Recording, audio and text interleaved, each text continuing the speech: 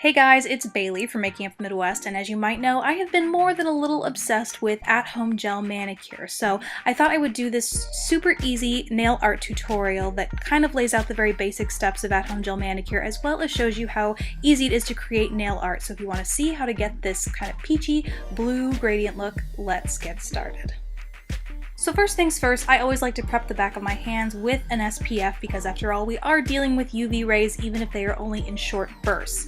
Then I use the purify step, and this is just put on a cotton bud and run across clean nails, and it serves to help make sure there are no excess oils on the nails to prevent your gel manicure from lasting as long as it can possibly last.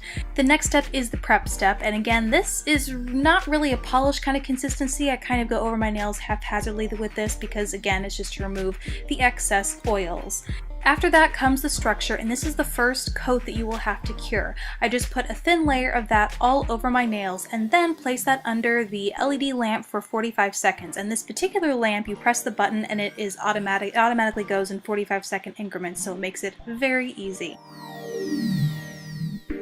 Now for the first coat of color. This is a gorgeous coral shade called Ooh La Licious, appropriately so I think, and I'm using that as a base coat all over my nails. I have fairly pigmented nail white, so sometimes I find that any polish, this included, just doesn't completely cover that transition between the peach and the white, and so I'll need an extra coat. But this particular tutorial you won't need to because we're going to go in with a dark color on the tips to create that gradient. Then once you're done with that first coat, you'll place your nails under the light again to cure, and that's something that one of the things that I love most about at-home gel is that once that time interval is over, your nails are done, dry, and good to go to the next step. This is a beautiful shimmery teal called And the Winner Is, and this is the shade that I'm using to create my gradient. And you can see here that I'm applying a fair amount to my tip, and then I'm using a sponge that actually comes in the Tips and Tricks kit.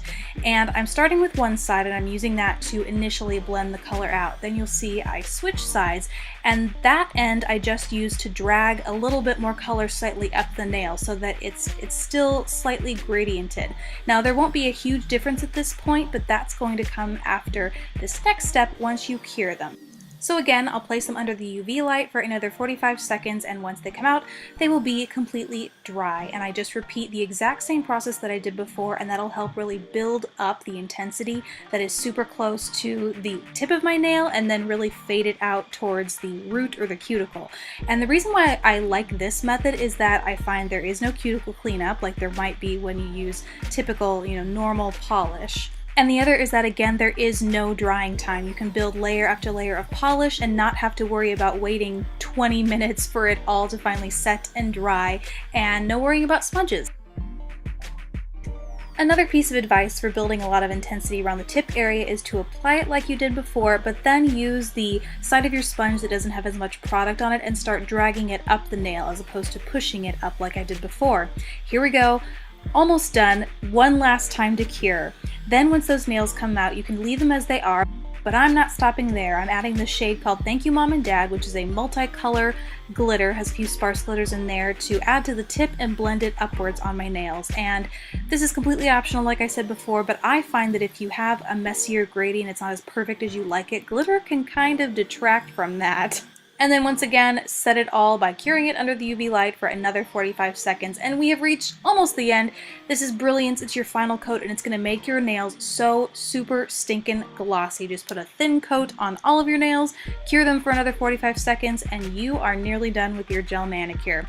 The last step is to run Purify over your nails once again. It's going to remove any of the color that didn't get cured and just make sure you don't make a mess of your nails. And that's it. If you find your cuticles and the skin around them are left a little dry, the kit also includes this Revitalize, which is basically a cuticle oil, helps nourish and bring back some of that moisture there. And that is it, your final step to achieving your at-home gel manicure nail art. So I hope you guys enjoyed seeing how I do that, and I hope it helped you realize why I am so stinking obsessed with it. It might seem like there are a lot of steps involved, certainly more than your typical manicure, but I can assure you it takes the drying time down drastically, and I love that I can immediately use my nails to wash dishes, take a shower, do whatever I want. Thank you guys so much for taking the time to watch this video. Please subscribe if you haven't already, and I will see you in the next one. Bye!